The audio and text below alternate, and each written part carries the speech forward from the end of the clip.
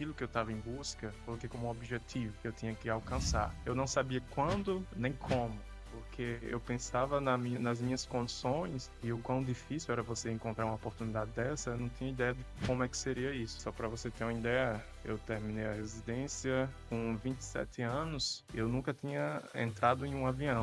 A primeira vez que eu entrei em um avião na minha vida foi com 27 anos, quando eu estava indo para o Cobrac, em Florianópolis. Então foi a primeira vez que eu entrei em um avião na minha vida. E um ano depois disso, eu estava indo morar fora.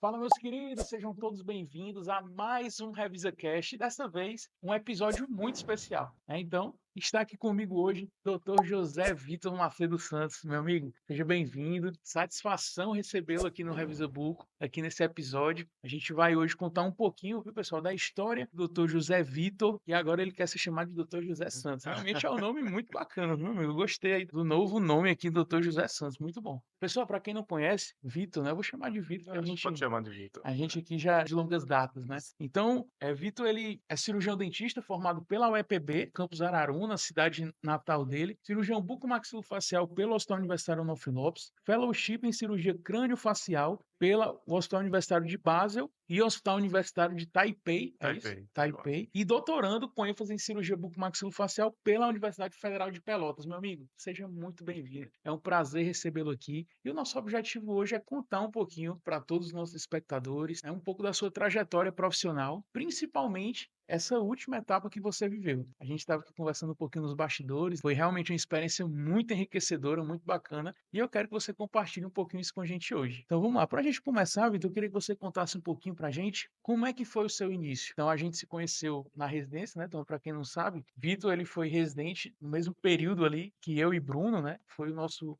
R1, enquanto a gente era R2 ali, assim na sequência, né? Mas eu queria que você contasse para a galera como foi que você começou, como foi lá na UEPB, como foi esse início ali que você decidiu fazer odontologia, né? E durante a faculdade, o que foi que lhe despertou para a cirurgia bucomaxilofacial?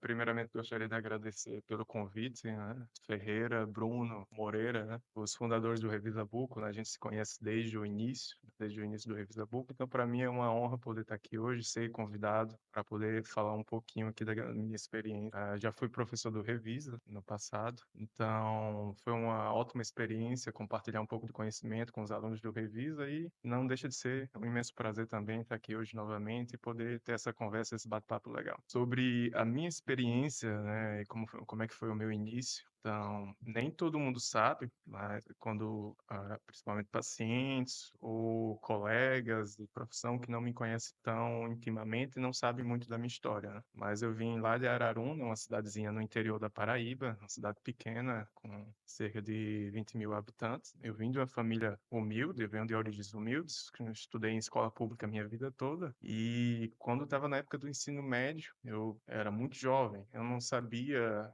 Falar a verdade, eu não tinha uma profissão dos sonhos ainda, eu não sabia o que é que eu queria ser. Eu terminei o ensino médio, para você ter uma ideia, com 15 anos e comecei na faculdade com 15 anos. Eu completei 16 no primeiro período, então eu era realmente muito jovem e eu não tinha ainda ambições ou sonhos que eu pudesse dizer eu quero isso para o resto da minha vida naquela época. Mas em Araruna tinha um dos campos da Universidade Estadual da Paraíba que funcionava em 3 cursos: engenharia civil, odontologia e, na época, ciências da natureza, que mudou para física. Fala a verdade, eu sempre fui muito ruim com números, com cálculos. Então, ir para engenharia civil ou física não era opção para mim. E então eu tinha que ir para a área da saúde.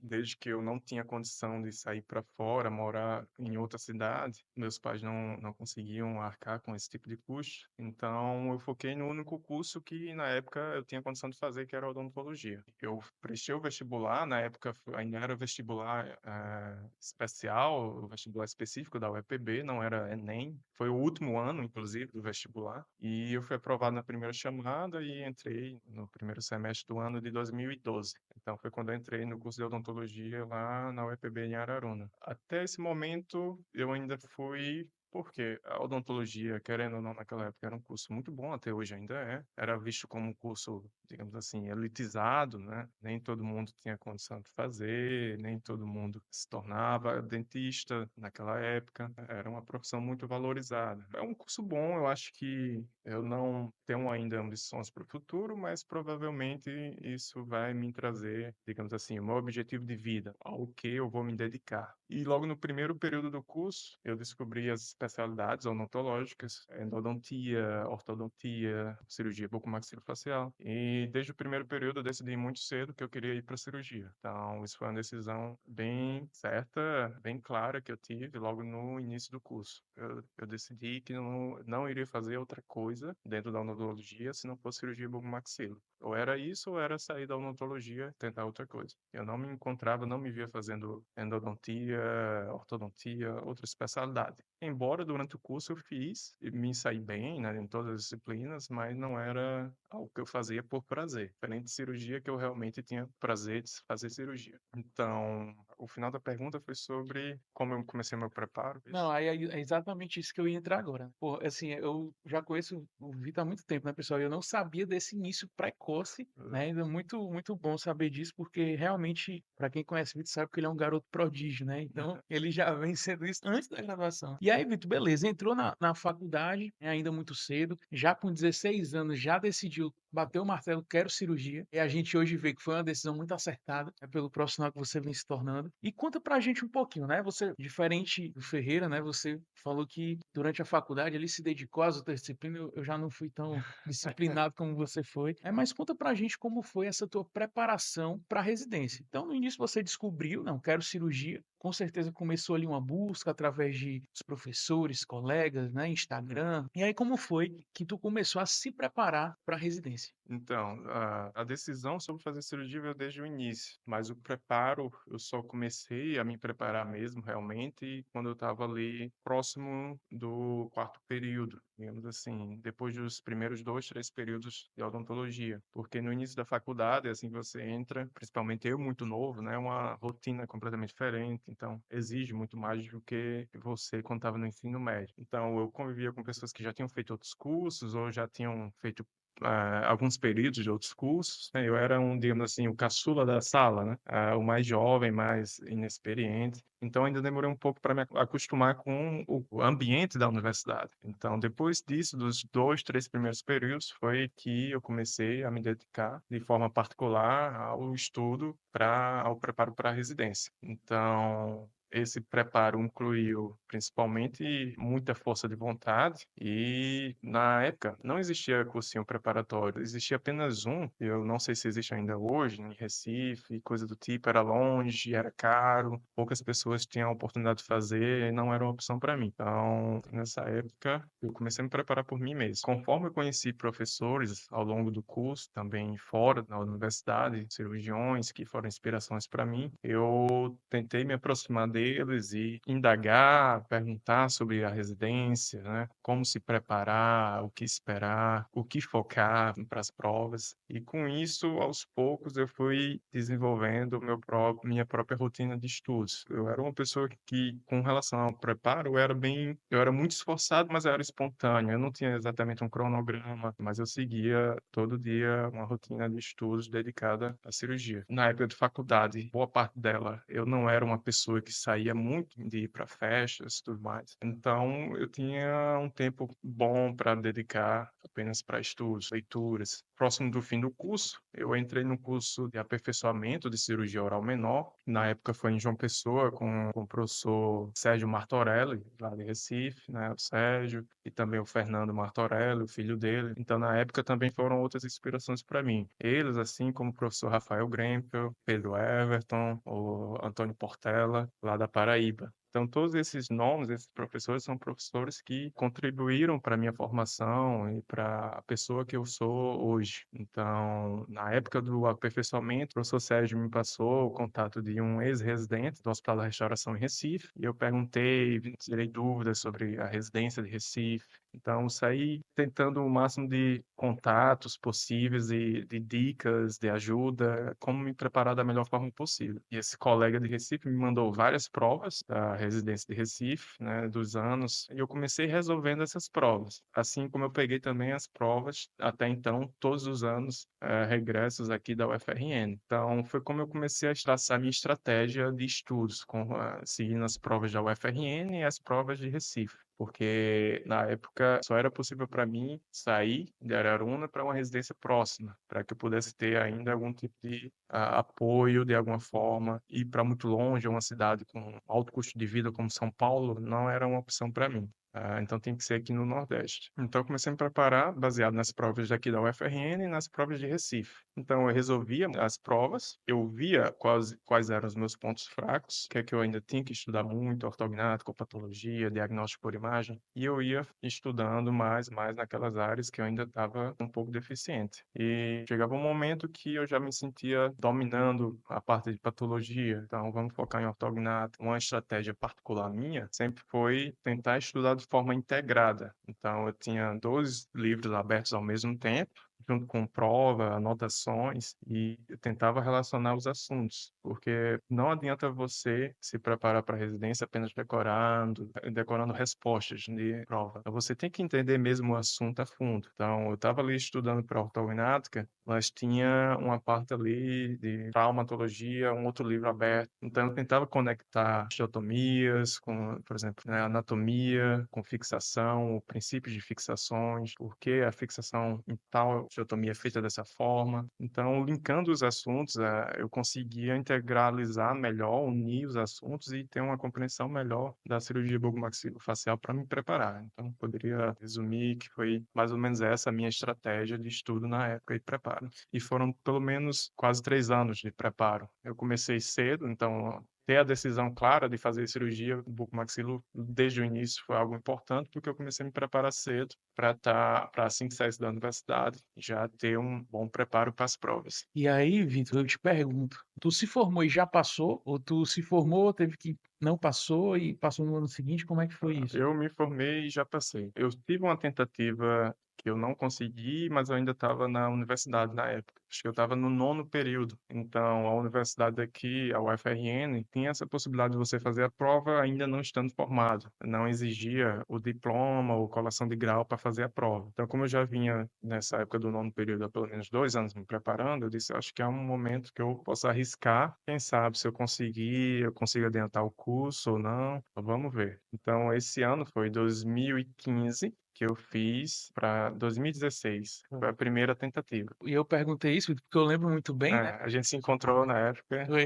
O Vitor, ele fez essa primeira tentativa dele, turma, quando eu fiz a minha primeira prova. E aí, nesse processo seletivo, eu e o Bruno, nós nos tornamos residentes do FRN, mas Vitor já chegou ali incomodando. E quando foi no ano seguinte, assim, naquela época o Vitor comentou que existia um curso preparatório, mas realmente era muito restrito, né? Então acabava que aquela galera ali se conhecia bastante. Quem era de É, fora, o pessoal não conhecia. Então eu, o pessoal não conhecia, o Vitor, o pessoal não conhecia, né? Então quando eu cheguei, né, eu meio que conhecia ali algumas poucas pessoas, mas Vitor era realmente um desconhecido total. Ninguém, quem não era de Araruna, não conhecia Vitor, né? E aí quando foi no ano seguinte, né, que a gente viu que ele se inscreveu na revisão para a prova do FRN, que foi o primeiro ano do Revisa, e que a gente viu que ele se inscreveu na revisão e que ele foi para a revisão, a gente, cara, uma vaga desse moleque, ele vai passar. E dito e feito, né? Passou junto com o Bé, foi uma dupla aí de R1 forte aí que deu trabalho para todo mundo. tá mudando até hoje. Tá andando até hoje, mas em outras esferas, né? Trabalho bom, viu, pessoal? Não é trabalho, não é trabalho bom. Então, é muito bom, Vitor, muito bom saber disso. E entrando na residência, a gente vai para outros desafios. E aí eu te pergunto, quando você chegou na residência, ainda muito jovem, talvez até um pouco imaturo ainda, inexperiente em alguns quesitos, por estar morando fora de casa a primeira vez, é distante da família, são novos desafios, além da cirurgia, que é um desafio muito grande. Mas o que se você pudesse elencar assim, 3 grandes desafios da residência, quais foram esses marcos, assim, esses desafios para ti? Assim, com relação a morar fora, na verdade, foi a segunda. Antes eu tinha morado 1 ano e meio em Campina Grande, Durante o curso, eu cheguei a morar em Campina 1 ano e meio, mas de desafios, morar fora para mim era fácil, até porque eu venho de uma criação, os meus pais me criaram para ir para o mundão, digamos assim. Eu vim de uma criação um pouco rígida, no sentido de que eu tinha que me preparar para o mundo, para as dificuldades que eu ia ter que enfrentar, que o meu pai já sabia muito bem. Então, morar fora foi tranquilo, mas assim como eu tive um impacto quando eu comecei na universidade, eu também tive um impacto quando eu comecei na residência. Embora eu já tenha estagiado na época mais de 2 anos no Hospital de Trauma de Campina Grande, então tinha uma noção da rotina hospitalar, de como funcionava, sabia como era puxado, dava plantão de 24 horas, etc. Mas o tratamento para um estagiário e para um aluno é totalmente diferente de um tratamento para um residente. Então, quando eu cheguei na residência aqui em Natal, né, eu tive aquele boom da Choque de pancada, realidade.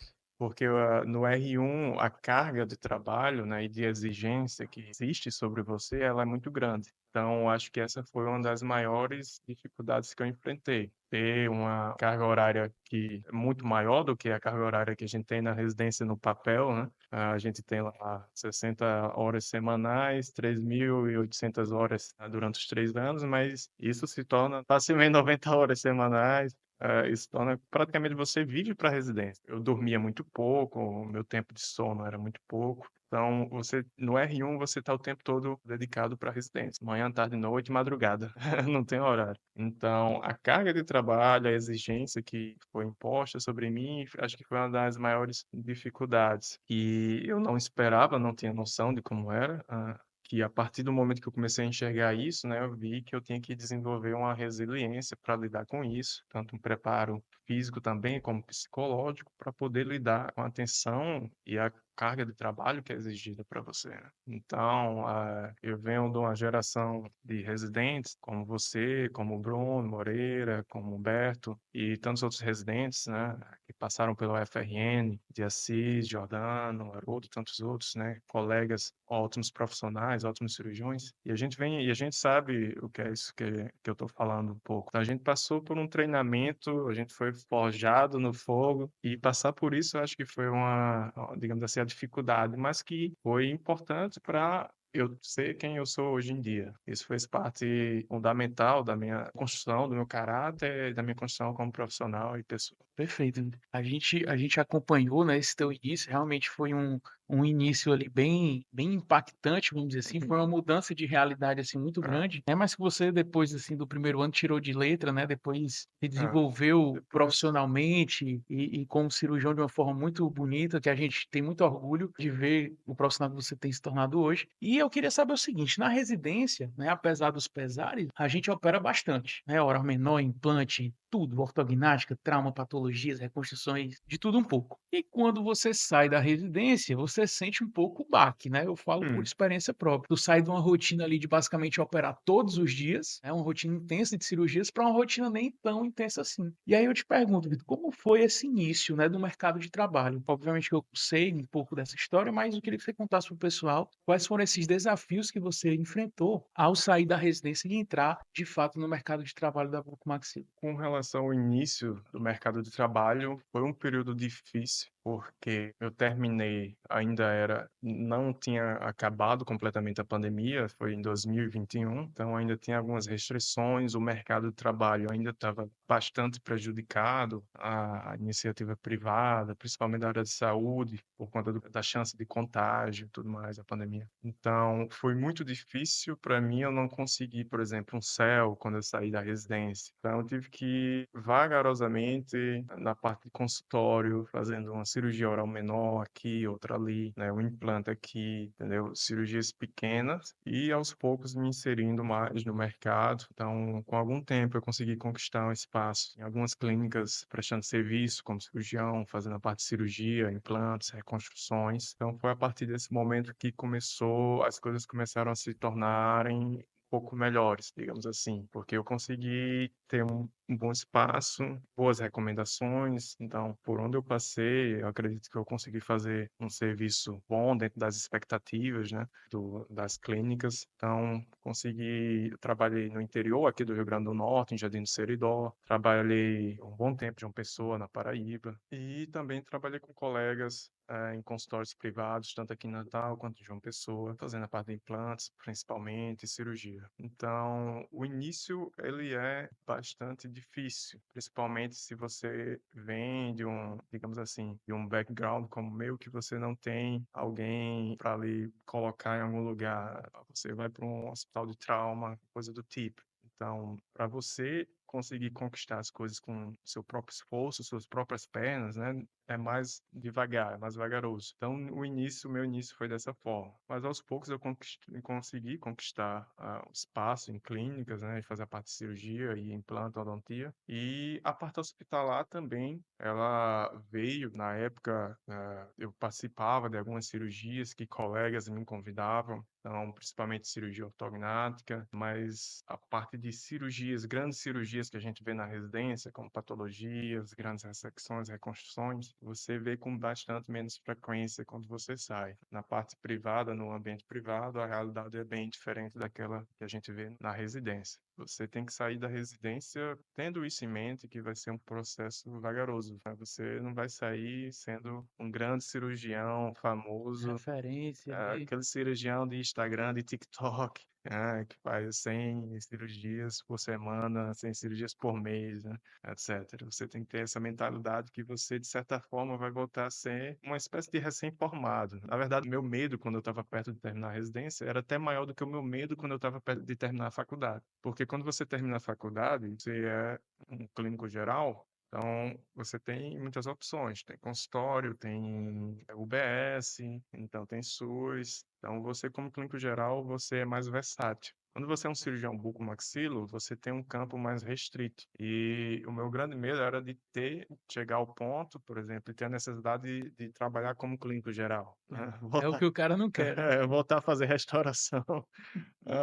Coisa do tipo, entendeu? Então, esse era um dos meus maiores medos. Felizmente, eu não precisei, né? Foi um início difícil, eu não ganhava bem. Na verdade, assim que eu terminei, eu estava praticamente só pagando minhas contas, ganhando quase tanto quanto a bolsa na época. Não vivia com nenhum tipo de luxo, coisa do tipo. Foi algo bem vagaroso. Mas, felizmente, também não voltei, não regredi, digamos assim, para trabalhar como clínico geral, né? Então, foquei desde a residência sempre em cirurgia. Show de bola, Vitor. E a gente viu, né, que depois desse início, passou-se alguns anos, a pandemia foi dando ali uma esfriada, né, e surgiu uma grande oportunidade para você, né, que é o nosso foco principal aqui desse nosso podcast, que foi, como você falou, né, que foi criado para o mundo, né, e você foi para o mundo, É. né? Conta pra gente. Primeiro, se alguém te inspirou, tu já tinha isso em mente quando terminou a residência, ou pouco depois, rapaz, eu vou arrumar um fellow, vou para fora, ou alguém te inspirou nisso, tu viu que alguém conversando com algum professor, algo nesse sentido. Conta pra gente como foi esse início, o que gerou essa vontade de tu ir para fora, e depois conta como foi que surgiu a oportunidade, né? Sim. Porque eu também fui formado na mesma escola que você, e a gente sabe que essas oportunidades não estão aí para todo mundo. Imagina, se todo mundo se formasse, pudesse ir para fora, né? Não ia ficar nenhum cirurgião no Brasil, aí o mercado de trabalho ia ficar mais tranquilo, É. né? Então conta pra gente como foi isso aí. Então, com relação a ir para fora, mesmo antes da residência, quando eu já pensava em fazer cirurgia bucomaxilo, eu pensei em fazer cirurgia bucomaxilo por algumas razões. Uma delas é que eu gostaria de estar onde grandes coisas acontecem. E dentro da odontologia, não dizendo que não acontece em outras especialidades, mas eu queria me sentir extremamente útil no sentido de fazer coisas que mudam, transformam vidas de forma grandiosa, digamos assim. Então, eu tenho esse desejo. Eu gostaria de ajudar as pessoas da melhor forma possível. Então, essa foi uma das razões porque eu queria cirurgia bucomaxilo. Porque eu via nas cirurgias de reconstruções de face, nas cirurgias de ressecções de patologia, ortognática, eu via mudanças de faces, mudanças de vida, né? Então, eu dizia, é isso que eu quero fazer. Então, eu sempre tive esse desejo de estar onde grandes coisas acontecem, digamos assim. E o desejo para ir para fora, ele veio mais inspirado durante a residência. Eu tive uma grande inspiração, que foi o nosso professor, o professor Adriano Germano. Então, na época, ele já tinha ido para fora durante um ano. Ele fez o fellow dele em cirurgia microvascular. Então, eu já tinha esse desejo e durante a residência eu vi que isso era algo que e para completar, digamos assim, aquilo que eu estava em busca, eu coloquei como um objetivo que eu tinha que alcançar. Eu não sabia quando nem como até então, durante a residência, porque eu pensava nas minhas condições e o quão difícil era você encontrar uma oportunidade dessa, eu não tinha ideia de como é que seria isso. Só para você ter uma ideia, eu terminei a residência e com 27 anos, eu nunca tinha entrado em um avião. Então, a primeira vez que eu entrei em um avião na minha vida foi com 27 anos, quando eu estava indo para o Cobrac, em Florianópolis. Então, foi a primeira vez que eu entrei em um avião na minha vida. E um ano depois disso, eu estava indo morar fora. Uma viagem de 17 horas de avião, né.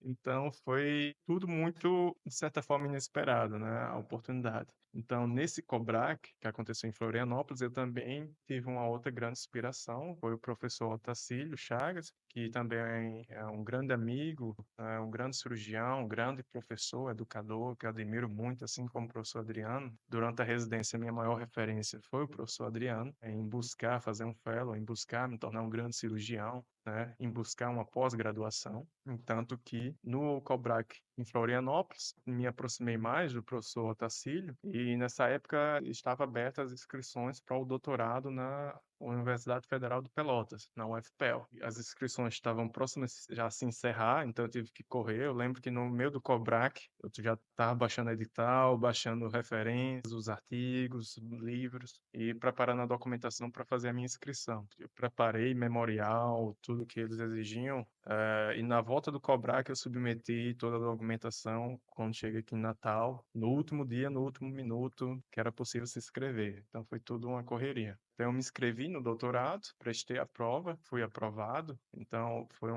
depois da aprovação na residência, uma outra grande emoção que eu tive foi quando eu fui aprovado no doutorado lá na UFPEL, né? Então, eu fiquei extremamente feliz com isso. Como eu sempre falo, vindo de onde eu vim, a única coisa que poderia me ajudar a transformar a minha vida e encontrar meus objetivos foi por meio da educação. Então, a minha vida toda eu dediquei à educação. Então, eu iniciei no doutorado e dentro do doutorado, por volta de um ano e meio, foi que surgiu a oportunidade de ir para fora. Muita gente até confunde. Você fez um doutorado sanduíche? Como é que foi isso? Não. Tanto a Suíça quanto Taiwan não faziam parte, não tinham relação com o meu doutorado. Isso surgiu como algo realmente a mais. Abriu, na época, uma seleção para ser um cirurgião fellow lá em Basel, na Suíça, especificamente na área de fissurados. Eu iria trabalhar, então, com um time dedicado à cirurgia de fissurados, cirurgia de pacientes pediátricos com anomalia craniofacial, e era a área minha, uma das minhas principais áreas de interesse, né? Quem me conhece, quem me acompanha durante a residência, sabe que eu dediquei boa parte do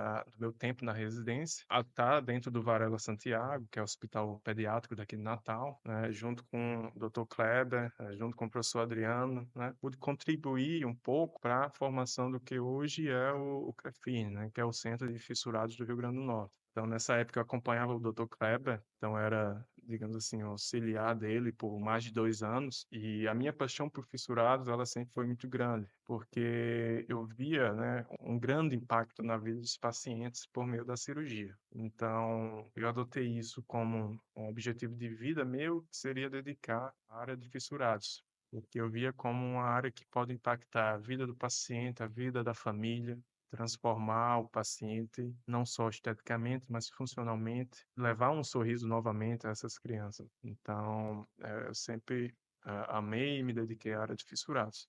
E quando surgiu essa oportunidade de fazer um fellow com a equipe que se dedica também a fissurados na Suíça, casou perfeitamente. Na época, eles abriram, era um link, né?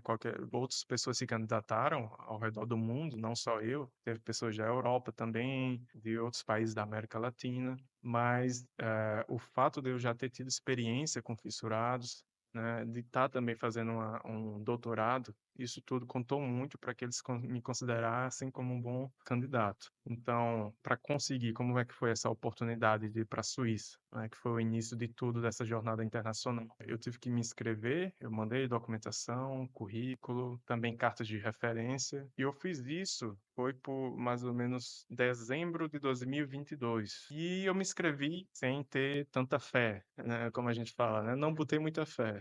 Eu vou me inscrever nisso aqui, mas eu não sei se vai acontecer. E acabou que, depois de algum tempo, eu esqueci, até esqueci, porque eu mandei, me inscrevi lá no processo seletivo e eu só recebi um e-mail, ok, sua inscrição foi recebida, iremos contactar você no futuro. E passou 2 meses, eu já tinha esquecido disso, então eu não tinha mais nenhuma expectativa sobre isso, porque passou um tempo que eu acreditava já selecionar alguém. Depois de 2 meses eu não tive resposta, não vai acontecer. Isso foi em dezembro, quando foi em fevereiro, eu tive uma resposta de que eles gostariam de fazer uma entrevista comigo, né, uma entrevista online. Então, foi a partir daí que eu comecei a ficar bastante ansioso, bastante nervoso, porque aquilo que eu tinha pensado que não ia acontecer estava se aproximando como uma possível chance. Eita, parece que tem uma chance aqui. Nesse período, então, eu fiquei bastante ansioso. Eu tive a primeira entrevista, né, que foi com uma das pesquisadoras da equipe de lá de base. Nós tivemos uma conversa boa, mas eu não fiquei tão nervoso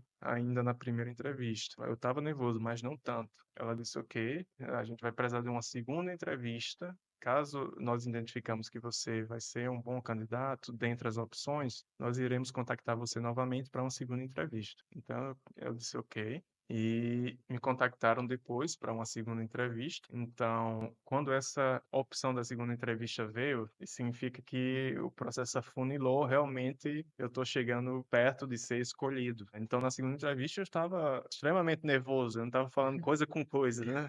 E tudo em E, inglês. e aí, tudo em inglês. E na segunda entrevista, não foi só com essa pesquisadora, foi com quem seria o meu futuro chefe, que foi o professor Andreas Müller, lá de Basel. Então, eu fiquei extremamente nervoso na frente dele e eu não estava falando coisa com coisa. Na primeira entrevista eu até me saí bem, eu considerei, mas na segunda foi mais complicado. Eu saí da entrevista pensando, caramba, esses caras vamos de jeito nenhum chamar esse cara pra cá porque ele não tá raciocinando bem, ele não fala bem, coisa. Mas no final eu fui aprovado e algumas semanas depois me mandaram um e-mail comunicando. Então foi uma grande felicidade para mim e foi aí que começou o meu processo de me preparar para ir para a Suíça. Perfeito, Vitor. Muito bom, cara. É muito bom ouvir essas histórias, né, pessoal? Porque a gente fica feliz e tenho certeza que essa história do Vitor vai inspirar aí muitos de vocês que estão ouvindo aqui esse podcast.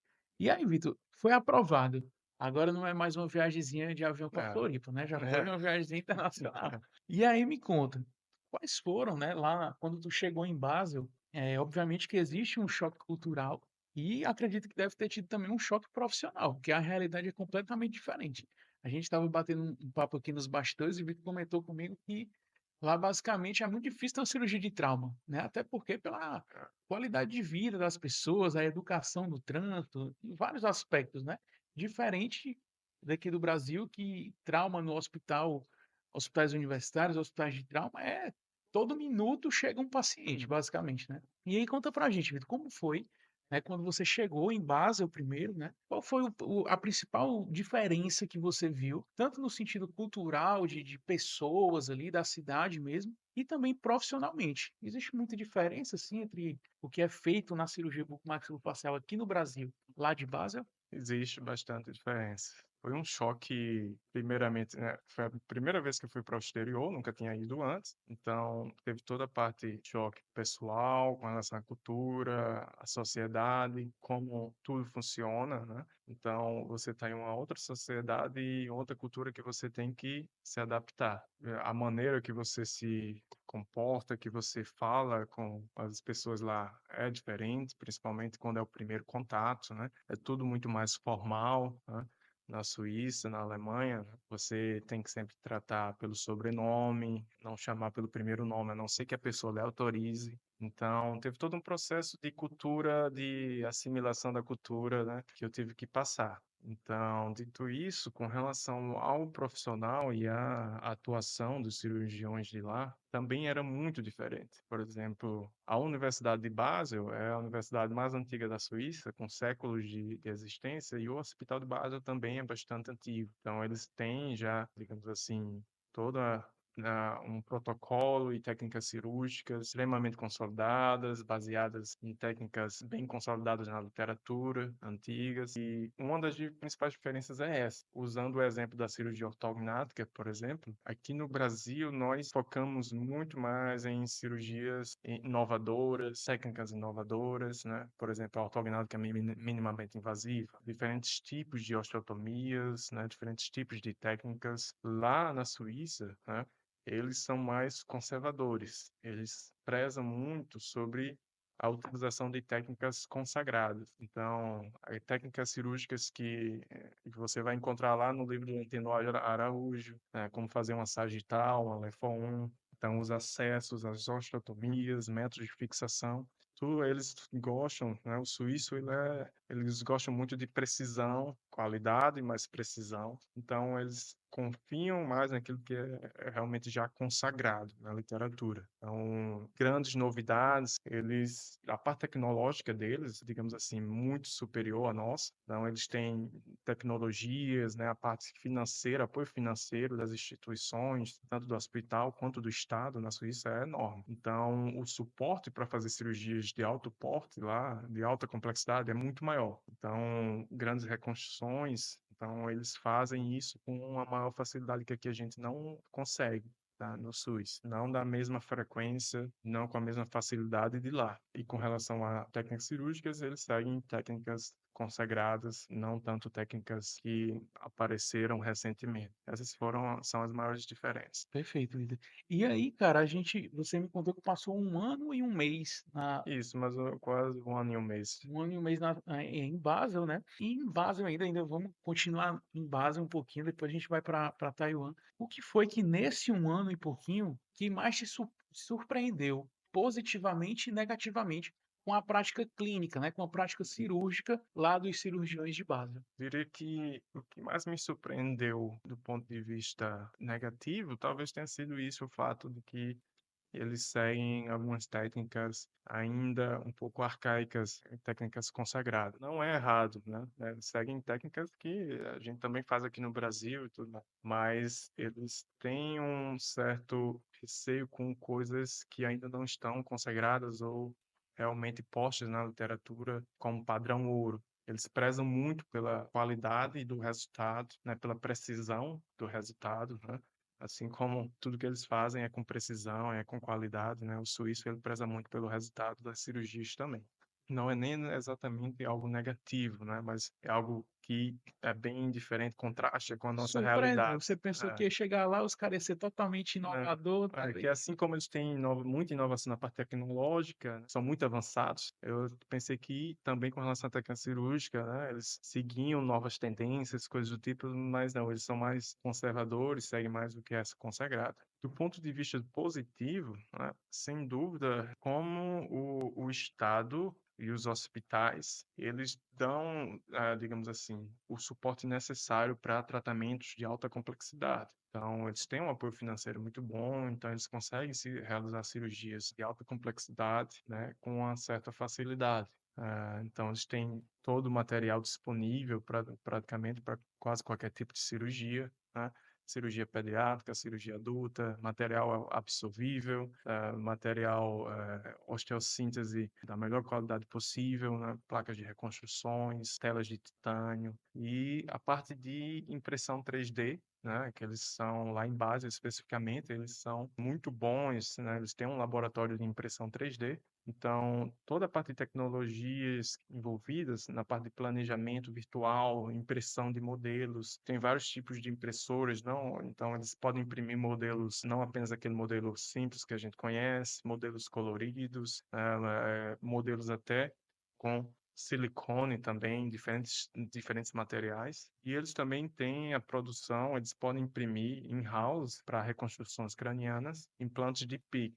Então, dentro do hospital mesmo, eles têm uma impressora para imprimir implantes personalizados para reconstruções neurocirúrgicas. Então, todo esse preparo e esses equipamentos deles, sem dúvida, eu diria que é o principal ponto positivo deles lá. Imagina se a gente conseguisse juntar a É, diversidade, a qualidade, a quantidade de procedimentos que a gente tem no Brasil. Com toda essa tecnologia, seria o melhor dos mundos. sem dúvida. E Vitor, um pouquinho agora falando da tua rotina, né, lá em Basel ainda. Lá era um fellow profissional, mais observacional, colocava a mão na massa, tinha muita pesquisa envolvida. Como era? Conta um pouquinho pra gente como era isso. O meu vínculo, eu tinha um vínculo empregatício e eu trabalhava como pesquisador lá em base. Então, tinha esse vínculo como pesquisador, mas acabava que, como eu era cirurgião, né, eu ia toda semana para o centro cirúrgico também. Eu desenvolvi uma amizade muito boa com a equipe de cirurgia de base, tanto com o chefe, o Florian, quanto com o Andrés, que era o meu chefe direto, quanto com o Benito Benítez, né, que foi um grande amigo meu lá. Então, a parte de participação de cirurgias, ela acabou que fez parte também do meu vínculo, né? Embora eu estivesse lá trabalhando como pesquisador, eu estava semanalmente em cirurgias, ia para consultas também, acompanhava. Então, eu estava envolvido em tudo, em todas as etapas de tratamento e que envolviam os pacientes, né?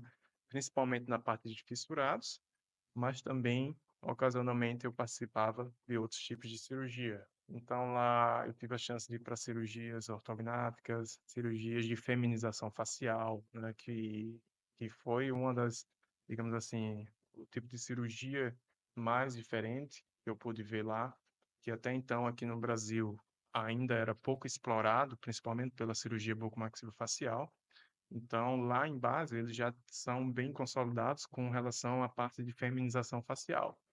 Então, eu tive a chance de ir para a cirurgia de feminização e de incorporar algumas técnicas e princípios que hoje em dia eu tenho entre as minhas técnicas e que posso também incorporar aqui no Brasil. Então, com relação a meter a mão na massa, eles eram mais permissíveis, principalmente porque eles sabem que o cirurgião brasileiro tem uma formação boa, com alto volume de cirurgia, então eles eram mais flexíveis e permissíveis, principalmente quando era uma cirurgia de trauma ou uma cirurgia ortognática, porque nesses casos, né, eu cheguei a fazer acessos, fixações, meter um pouco a mão na massa, mas o meu foco sempre foi a parte de fissurados. Perfeito, muito bom. Essa parte da feminização facial é muito bacana, tanto isso, né, Vitor, quanto também a parte das cirurgias estéticas faciais que está aí É, para ser interessante. aprovado. Tu já comentou que pretende, né, colocar isso aí no teu arsenal de procedimentos. Sem dúvida alguma, isso vai ser um diferencial muito grande, né, principalmente aqui no Nordeste, que a gente não vê muitas pessoas fazendo isso. Se tem, né, eu não conheço. Então, sem dúvida alguma, vai ser algo que vai te diferenciar muito. Além de toda a experiência que você teve, eu acredito que investir nisso será algo fantástico Uhum. para ti. E aí, um ano e pouquinho em Basel, vou voltar para o Brasil, nada disso. Vou para Taiwan. Conta pra gente, meu amigo, como foi que você decidiu: "Não, eu não vou voltar para o Brasil agora não, lá tá bonzinho demais, deixa eu ir aqui, vamos continuar nessa aventura". E aí passou mais 6 meses em Taiwan. Isso. Como foi que surgiu essa oportunidade, né, de pegar um avião Basel, Taiwan, num final de semana, e já começar em um serviço completamente diferente, cultura completamente diferente. Foi caótico, né, mas, o meu desejo, né, após passar esse ano em base, eu tinha a chance de ter continuado em base, eles me convidaram para continuar, mas não era o meu objetivo estar ali ainda trabalhando da forma que eu estava, principalmente pesquisador, indo para cirurgias, mas não exercendo a minha profissão como cirurgião de forma total, tá. Então, para mim eu nunca tive como opção largar a parte prática da cirurgia e me dedicar só à academia, à pesquisa, né, isso para mim era fora de cogitação. Então, eu deixei isso bem explicado para eles, mas a gente manteve boas relações, desde depois de Taiwan, ainda voltei para a base, né? A gente tem possíveis colaborações para o futuro. Então, eles entenderam bem, né, que o Brasil é o meu lugar, né. Eu tinha que realmente voltar para exercer minha atividade aqui como cirurgião. Mas eu sempre quis, continuando na parte de fissurados, eu gostaria de fazer um fellow mais prático, na parte de fissurados, envolvido numa rotina com alto volume de cirurgias, estando apenas em cirurgias e menos pesquisa. E na Suíça, eles têm, como eu falei, muita tecnologia, têm oportunidades, possibilidades de tratamentos e de cirurgias complexas, de forma maravilhosa, mas o volume de cirurgia deles é um pouco menor até do que a gente aqui no Brasil, por exemplo. Então, depois de base, eu estava visando ir para um lugar com um alto volume de cirurgias, principalmente de cirurgias fissuradas e cirurgia craniofacial pediátrica. E a Ásia era o melhor lugar para isso. Tanto a Índia quanto Taiwan são alguns dos lugares onde grandes centros têm um grande volume de cirurgia, né, nessa parte. Primeiro, eu tive a oportunidade de ir para a Índia. Eu cheguei a visitar a Índia, um dos centros lá, ligados à Smile Train. Então, eu tenho hoje em dia grandes amizades lá, com cirurgiões e a equipe, mas havia chance de que eu não conseguisse ir para a Índia imediatamente depois de base, que era o que eu queria. Era sair de base, terminar o período lá e seguir direto para um outro fellow, e depois retornar ao Brasil. Mas havia chance de eu ter que voltar para o Brasil, esperar 2, 3 meses para poder ir para a Índia. Então, eu acabei descartando essa possibilidade, porque eu realmente queria pegar o embalo, né, emendar, seguir direto e entre dois fellows para retornar para o Brasil de uma vez, né, com o melhor de cada um dos fellows, né? E desde que não deu certo na Índia, né, eu continuei buscando algum outro fellow e apareceu a oportunidade em Taiwan. E em Taiwan, o meu antigo chefe, né, que é o professor Philip Chen, ele é um dos melhores do mundo na parte de cirurgia de fissurados, principalmente a parte de queloplastia, cirurgia do lábio, né? Então ele tem, lá em Taiwan, eles têm uma técnica muito meticulosa, né? Como lá eles são cirurgiões plásticos, né? O manejo deles com tecido mole, né, e com a reconstrução labial é fantástica. Então, assim, ele tem resultados que, por foto, ele conseguia reconstruir o lábio, o filtro, né, as colunas de filtro, tudo de uma forma muito meticulosa, né, com grandes Era quase que resultados. imperceptível. É, quase que imperceptível em alguns pacientes, né? Não só o lábio, como o nariz também. Então, eu pensei, eu vou para Taiwan, eles têm um alto volume de cirurgia, né, a técnica deles é fantástica, né?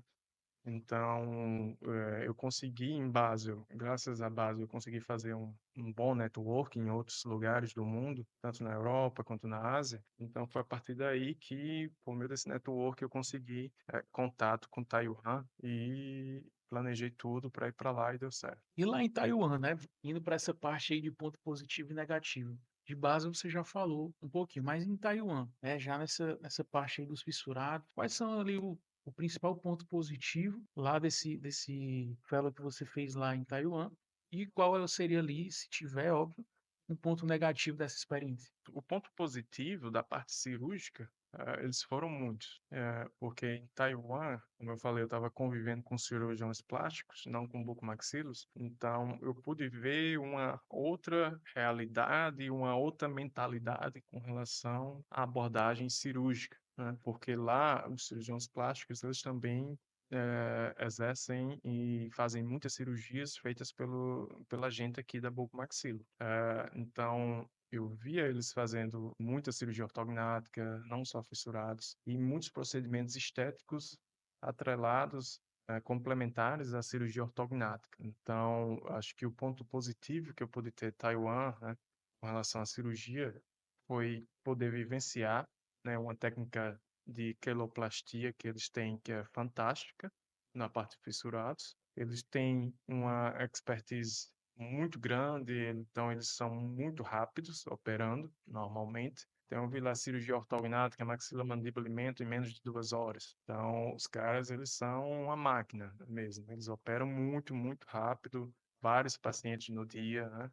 Tinha dia que a cirurgia começava às 8 horas da manhã e até noite. 4, 5 pacientes, diferentes tipos de cirurgia, ortognática, fissurado, palato, lábio.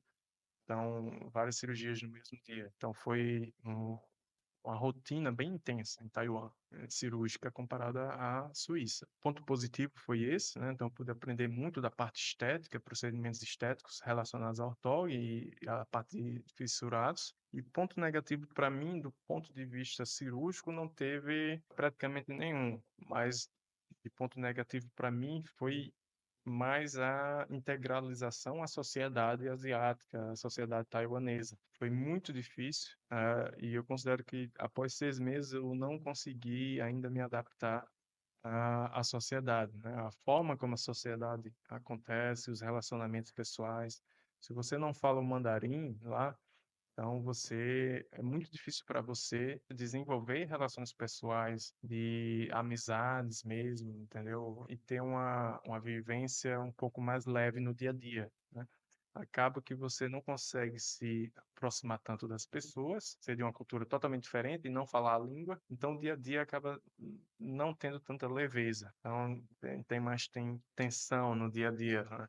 Eu diria que esse foi o ponto negativo de ter vivido em Taiwan. Bacana. Eu já imaginei, né, antes que você falou, eu já imaginei que possivelmente ali na Ásia já seria algo bem mais complexo, né, tanto pela língua quanto pela cultura, né, a gente consegue, de certa forma, observar isso, mas obviamente que viver é completamente diferente do que apenas observar, É, né. E aí, Vitor, você comentou que em Taiwan, lá os profissionais eram, cirurgiões plásticos, né, e que atuavam em áreas ali semelhantes à da bucomaxilo, mas em Basel o pessoal era bucomaxilo mesmo ali formado. Conta pra gente qual é, obviamente tu deve ter percebido isso, qual a diferença da formação para o cara se tornar um cirurgião bucomaxilo nesses locais, né?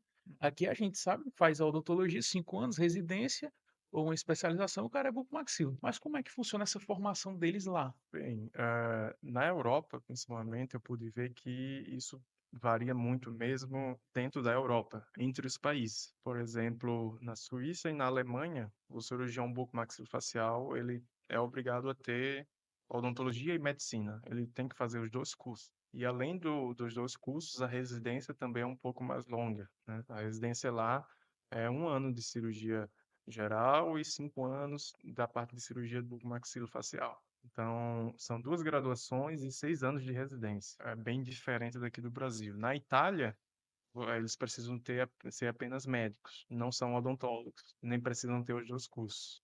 Então, dentro da Europa, em cada país, eles têm diferentes regulamentações. E na Suíça, eles necessitam ter odontologia e medicina e fazerem 6 anos de residência para se tornarem cirurgiões bucomaxilofaciais, né? Então, na verdade, eles se intitulam também cirurgiões crâniofaciais, mas parece ser contrastar muito com a realidade brasileira. Quando você pensa em uma residência de 6 anos, a gente tem 3 anos. Mas é porque o volume deles lá, cirurgia, é muito menor, normalmente. E até também como funciona a residência é diferente. Aqui no Brasil, a gente tem a experiência de, a partir do R1, já começar a fazer alguns procedimentos, né, conforme o R2 ou o R3 libera e os professores, mas você sai no R2 e no R3 fazendo ortognática, fazendo ressecções, fazendo reconstruções. Então, em 3 anos, pelo volume de cirurgia aqui no Brasil e também como as coisas funcionam, o fluxo com os professores, os preceptores da residência, você acaba saindo com um bom preparo. Claro que você vai ter uma curva de aprendizado ao longo da vida com as cirurgias, mas você sai já tendo realizado você mesmo, basicamente, pelo menos um ortognático, pelo menos uma ressecção, você mesmo tendo feito. Lá, o fluxograma é um pouco diferente. Então, às vezes, os residentes, eles não têm tanta permissão para colocar a mão na massa pelos preceptores como a gente tem aqui. Então, isso tudo faz parte da logística, como funciona a residência deles. Então, por isso que a residência deles também é um pouco mais longa. Em Taiwan, também existe a parte de cirurgia bucomaxilofacial feita por cirurgiões dentistas. Então, eles competem basicamente junto com os plásticos. Só que os plásticos lá em Taiwan, eles acabam que dominam um pouco mais a área, porque eles fazem cirurgia ortognática, eles fazem muita coisa que o buco aqui no Brasil faz, que normalmente só o buco faz, né? Eles fazem lá também. Então, acaba que tem essa diferença. No Taiwan tem book, tem plástico, e eles compartilham alguns procedimentos. Show de bola. Vitor, agora saindo um pouquinho dessa parte técnica de a parte profissional, indo um pouquinho para a parte pessoal, né. O que foi que para o José Vitor Macedo Santos, esse 1 ano e meio, 1 ano e 7 meses, acrescentou como pessoa para ti? O que foi que, poxa, essa experiência me promoveu? Qual tu elenca aí como fatores que foram importantes para ti durante esse período? Muitas, né, mas se eu pudesse resumir de principais ganhos, né, com essa experiência fora do Brasil, eu acho que eu pude profissionalmente foi sensacional, no sentido do que eu aprendi com técnica cirúrgica, com conhecimento, né. Pude fazer muitas publicações, principalmente na Suíça, né, então teve publicações de relatos de caso, de pesquisas, notas técnicas, inovações. Então, nesse período da Suíça, tiveram muitos ganhos, né, profissionalmente como cirurgião e pesquisador, né. A Suíça foi, digamos assim, um marco na minha história, né, então eu posso dizer que eu tive um antes e depois de Basel na minha carreira.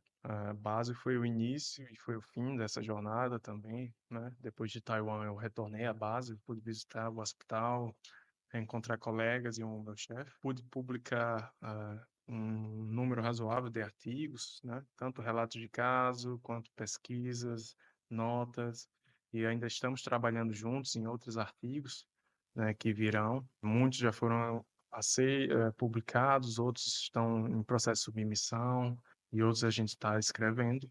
Então a parte profissional tive muito ganho com essa vivência. Da parte pessoal, eu acredito que me reconhecer melhor quando você passa tanto tempo, 1 ano e meio longe de família, longe de amigos, longe das pessoas que você conhece, falando uma língua diferente, né, estando, vivendo uma cultura diferente, comida, tudo mais.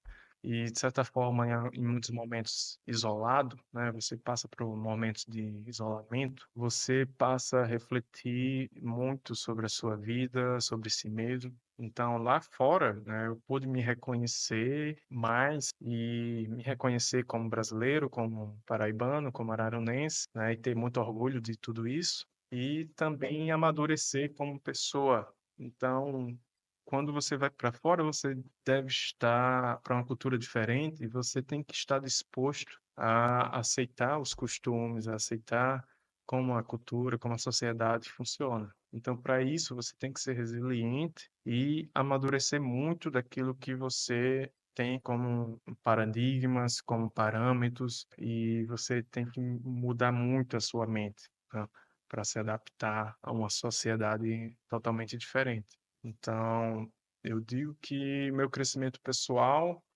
meu autoconhecimento, meu amadurecimento foi tão grande quanto o meu crescimento profissional como cirurgião, das técnicas que eu aprendi, publicações que eu fiz, assim, a parte científica. Então, foi isso. Show de bola. E aí, Vitor, agora vamos para uma parte um pouco mais polêmica, né, de um tema recente aqui no Brasil, que é essa liberação das cirurgias estético-faciais, né, Hum. para o meio, para a área ali dos cirurgiões dentistas, né. Queria saber qual a tua opinião, né, em relação a isso, se essa liberação deve ser feita mesmo ou não, e se sim, se teria que ter alguns empecilhos ali para que profissionais mais específicos façam esse procedimento, ou se você tem uma mentalidade que isso deve ser aberto a todo cirurgião dentista. Bem, a parte de cirurgia estética facial, eu considero que é algo que nós precisamos ter muito preparo para poder entrar nessa área. Depois de ter convivido com cirurgiões craniofaciais, cirurgiões com dupla graduação, cirurgiões plásticos, eu considero que os procedimentos estéticos faciais, eles são procedimentos, embora nós, como cirurgiões bucomaxilofaciais, tenhamos total capacidade, conhecimento anatômico, experiência, né, por meio dos acessos que nós já realizamos, mas nós precisamos, antes de se dedicar a isso, nós precisamos de realmente mais conhecimento específico na área, tanto teórico quanto prático. Nós temos total capacidade para tal, né, eu considero isso, mas é necessário que haja regulamentações e normativas, né, para que se exija um preparo mínimo para realização desse tipo de cirurgia, né. E eu defendo, né, eu diria que é realmente algo que deveria ser exclusivo da especialidade da cirurgia bucomaxilofacial, porque são procedimentos complexos, embora muitos procedimentos pareçam ser simples, mas são procedimentos complexos e que alguns deles têm alta chance de complicação. Então, uma cirurgia estética é muito diferente de uma cirurgia funcional. Então, quando você atende um paciente politraumatizado com fratura panfacial, que você faz múltiplos acessos, né, o paciente sai com várias cicatrizes, né, às vezes perde alguns elementos dentários, ou então a fratura você fixa, mas nunca vai ser como antes, né? Mas você resolve, você ajuda a vida, o paciente, você muda, transforma a vida dele por meio da cirurgia, por exemplo, da fixação dos traumas, das cirurgias de traumatologia. Mas quando você vai para a parte estética, né? É algo que o que você fizer, se você não fizer bem feito, o resultado ele pode ser catastrófico para o paciente. Não apenas cicatrizes, mas possíveis complicações, né, complicações estéticas e funcionais. Então, eu diria que a parte de cirurgia estética é algo que exige muito preparo, muito conhecimento, anatomia principalmente, anatomia é a base de tudo, né, que é necessário que nós temos capacidade, nós devemos, né, podemos realizar, mas deve haver muita regulamentação previamente a liberar isso, né? A gente deve ter algumas normas, né? Para quem é que pode fazer esse tipo de procedimento. Até hoje eu não entrei nessa esfera, né, porque realmente foi uma ainda está sendo, né, um jogo ali de opiniões muito grande, e eu acho que não cabe a nós do Revisa opinar sobre isso, mas eu vou expressar aqui minha opinião. Eu sinto que no início isso foi, meio que como se a medicina e a odontologia estivessem dentro de um jogo, e como se a odontologia tivesse achado ou pego uma bandeira ali da medicina, né. E aí todo mundo da odontologia: "É, tem que liberar mesmo, né, porque o bucomax ele tem experiência, tal, tal". E a galera da medicina ficou, né, meio ressabiada em relação a isso, ficou: "Não, não, não pode, tudinho". Mas eu tenho uma opinião muito parecida com a sua, Vitor, nesse sentido, né. Eu acho que antes de qualquer liberação, qualquer uma, deve-se existir regras muito claras para isso, né. A formação do cirurgião bucomaxilofacial no Brasil, ela deve ser um pouco reformulada nesse sentido, Ah, né. A gente teve até um papo aqui com o professor Adriano sobre a implementação do quarto ano na residência, que vai com certeza dar uma expertise, dar mais mão para o cirurgião, quem sabe até já implementando um pouco esses procedimentos já na residência, para que o profissional ele saia da residência com o mínimo de informação necessária. Quando a gente fala que dentro da odontologia, né, o bucomaxilo é o único profissional que conseguiria suprir essa necessidade de uma cirurgia estética facial, a gente fala isso por conta da formação, às vezes até exaustiva que a gente tem em cirurgias na face, né, do ponto de vista anatômico, do ponto de vista de incisões, do ponto de vista estético, funcional, seja lá qual for. Porém, quando você fala, né, e eu falo também que nós somos capazes, é porque a gente está se baseando pela formação que nós tivemos, pelos cirurgiões que nós conhecemos. Mas não são todos os cirurgiões bucomaxilofacial que têm nossa formação, que têm a capacidade técnica que tu tem. Então, com certeza absoluta, eu sou extremamente favorável a que os bucomaxilo e apenas os bucomaxilos, eles tenham acesso a esses procedimentos, porém, precisa ainda ter uma formação. Ferreira, mas os bucomaxilos já formados, como é que eles vão voltar para a residência? Não, não vai voltar. Mas é importante que eles tenham um curso prévio, tenham uma formação ali de 1, 2 anos e não um cursinho ali no final de semana que o cara vai e acha que vai sair dali fazendo qualquer tipo de cirurgia estética facial, né. Então, você que teve a experiência, né, de presenciar, de vivenciar, de puxar ferro, de estar junto com uma galera de um nível, assim, extremamente alto, pode falar isso mais do que a gente, né. Então são caras extremamente técnicos que sabem muito o que está fazendo, obviamente, e eu queria até que você comentasse, Vitor, sobre isso, né. Você acha que o cirurgião brasileiro, ele está aquém desses cirurgiões que você pessoal da Suíça, pessoal asiático, ou a gente está ali um pouquinho dá pra operar bem ali junto com a galera, o que é que ah, tu acha? acho que dá para a gente estar No mesmo nível de discussão, sim. Porque conheci colegas, né, muitos colegas, eles reconhecem o potencial do cirurgião brasileiro, eles sabem que a gente é muito bom, principalmente em ortognática, em traumatologia, artroscopia, cirurgia da ATM. Então, eles sabem o potencial e a capacidade do cirurgião brasileiro. Alguns, outros não. A gente consegue estar no mesmo patamar, assim, de discussão de alguns procedimentos.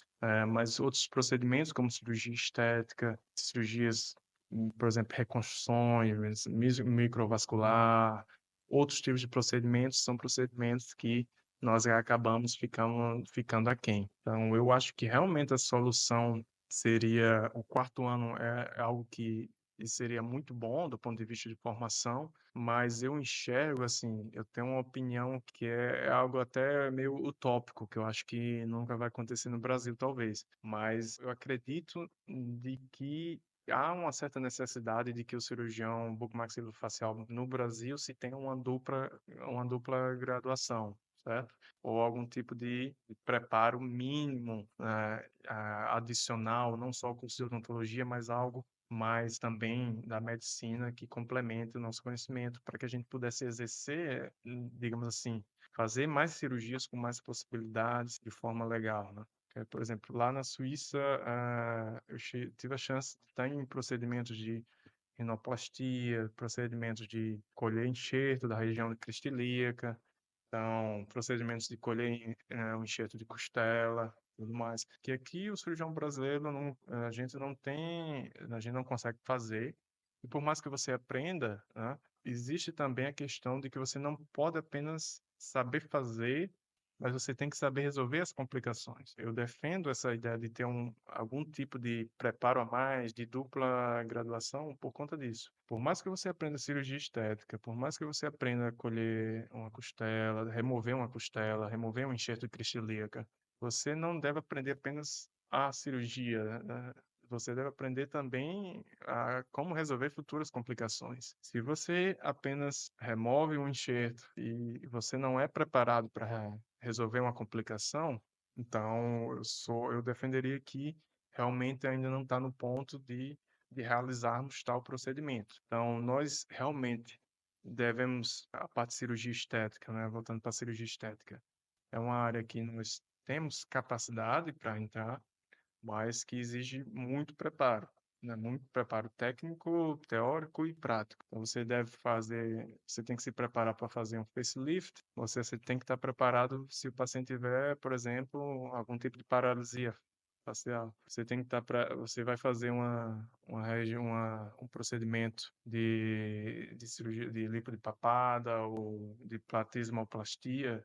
Você tem que estar preparado para resolver possíveis complicações também, certo? Da mesma forma, cirurgias nasais e oculares, blefaroplastias, tudo mais. Se você se coloca na posição de cirurgião para fazer, você tem que saber resolver caso aconteça. É da mesma forma, quando realizamos uma cirurgia de trauma ortognática, uma extração, temos uma hemorragia, né? Nós temos o preparo para resolver ali o preparo anatômico, né? Experiência que nós desenvolvemos ao longo de várias cirurgias para resolver esse problema. Mas se você quer adentrar em uma outra área, da mesma forma você tem que também estar preparado para resolver as buchas. Não só fazer a cirurgia, mas resolver se precisar. Concordo demais, meu amigo, concordo demais. E Vitor, vamos chegando aqui na nossa reta final dessa nossa conversa muito boa.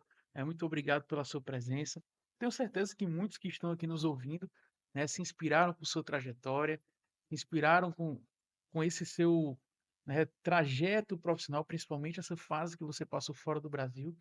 E eu queria que você deixasse uma mensagem para essas pessoas, olhando para essa câmera aqui, né, fale para eles aí o que é que eles devem fazer.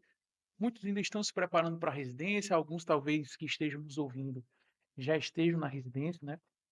Então conta para eles o que é que eles podem fazer, né, como eles devem usufruir desse período da melhor forma possível, para que num futuro próximo eles possam vir a galgar também, quem sabe uma vaga dessa em Basel, em Taiwan, para ter uma experiência internacional como você teve. Bem, eu acho que o melhor conselho que eu posso dar a qualquer aluno de graduação que pensa em fazer cirurgia bucomaxilofacial, qualquer residente, né, ou cirurgião já formado que esteja buscando uma pós-graduação, um fellow, né, a dedicação né, e o esforço pessoal, eles vão ser fatores fundamentais. E ter um objetivo claro de onde você quer chegar. Por exemplo, eu segui toda na minha trajetória, eu segui e me dediquei à parte de fissurados. Então, é uma área que teoricamente, praticamente também, não é algo rentável. Então, enquanto muitos colegas pensavam: "Vou me dedicar exclusivamente ao ortognático, exclusivamente a implantes", eu segui, de certa forma, o meu sonho pessoal, a minha meta pessoal, meu objetivo, foi ir para uma área onde eu conseguia impactar mais a vida dos pacientes. E seguindo o meu sonho, eu consegui galgar todos esses passos que eu alcancei. Então, o esforço e dedicação e, sem dúvida, estabelecer um objetivo, né? Estabelecer uma meta, um sonho, que mesmo que pareça muito difícil, você, com o seu esforço, você vai alcançar. Então, eu diria que ter um objetivo claro, do que você quer fazer dentro da especialidade, isso é fundamental para você se dedicar e alcançar esse objetivo. Se você tiver dúvidas, tiver confuso, o que você quer se dedicar, né, você vai ter dificuldade de alcançar grandes objetivos, né? Quanto mais clareza você tem do que você quer, mais você vai seguir naquele rumo, né? E sempre seguir o seu sonho, o seu objetivo, não se deixar ser influenciado por outras pessoas, ou se dedicar a algo apenas por rentabilidade ou por dinheiro, mas seguir o seu sonho. Perfeito, meu amigo, muito bom mesmo. Vitor, então deixa aí, fala aí pra gente qual é o teu Instagram, né, para quem tá aqui acompanhando a gente, para te seguir lá nas redes sociais, acompanhar um pouquinho desse teu trabalho, desse teu retorno agora ao Brasil, aplicando o que você aprendeu lá fora. Fala aí pra gente qual é o teu Instagram, a gente vai deixar aqui embaixo, tá, pessoal? Para vocês poderem seguir o Vitor lá nas redes sociais. Certo, obrigado, né.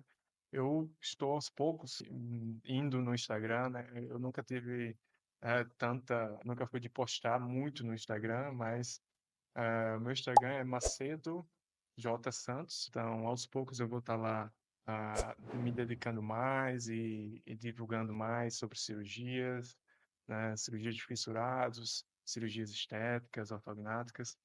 Então, espero que vocês me acompanhem lá e espero que vocês também continuem acompanhando o Revisa, né, e vendo os bate-papos legais que vão vir pela frente. Show de bola. Vitor, Muito meu amigo, obrigado. muito obrigado por ter vindo, né, muito obrigado por ter compartilhado com a gente sua trajetória, né. Eu particularmente, né, como lhe acompanhei desde o início da residência, fico muito feliz e orgulhoso de ver você, né, se tornando esse profissional de referência que vai ser, né, vai ser um Amém. profissional de referência aí na área. Estarei sempre aqui nos bastidores torcendo por você, né, mesmo que a gente ainda não, hoje eu estou dedicado ao curso, então profissionalmente a gente talvez não opere mais juntos como a gente operou na residência, mas estarei aqui do meu lado, sempre torcendo pelo seu É, sucesso, como de todos os outros que a gente teve ali nessa convivência na residência. E para finalizar, turma, gostaria de fazer um convite para todos que chegaram até o final desse episódio. Sigam a gente aqui no YouTube, se inscreva aqui no nosso canal, compartilhe esse vídeo com o máximo de amigos possíveis, né? Para que todos possam conhecer, né, o nosso amigo aqui, Dr. Vitor, ver essa trajetória profissional linda que ele construiu, saber como ter essa experiência internacional dentro da odontologia, que é algo ímpar, que poucas pessoas conseguem ter, tá? Então façam isso. E nós temos um presente especial para você que também chegou aqui no final desse episódio, ainda não é nosso aluno, né? Então a gente vai colocar aqui um cupom de 10% de desconto para vocês, para que possam aí, utilizando o cupom Revisa Cash, se tornar alunos da turma de 2025 do Revisa Book. Perfeito, turma? Então, é isso. Finalizamos o nosso episódio de hoje e aguardamos você no nosso próximo episódio aqui do Revisa Cash.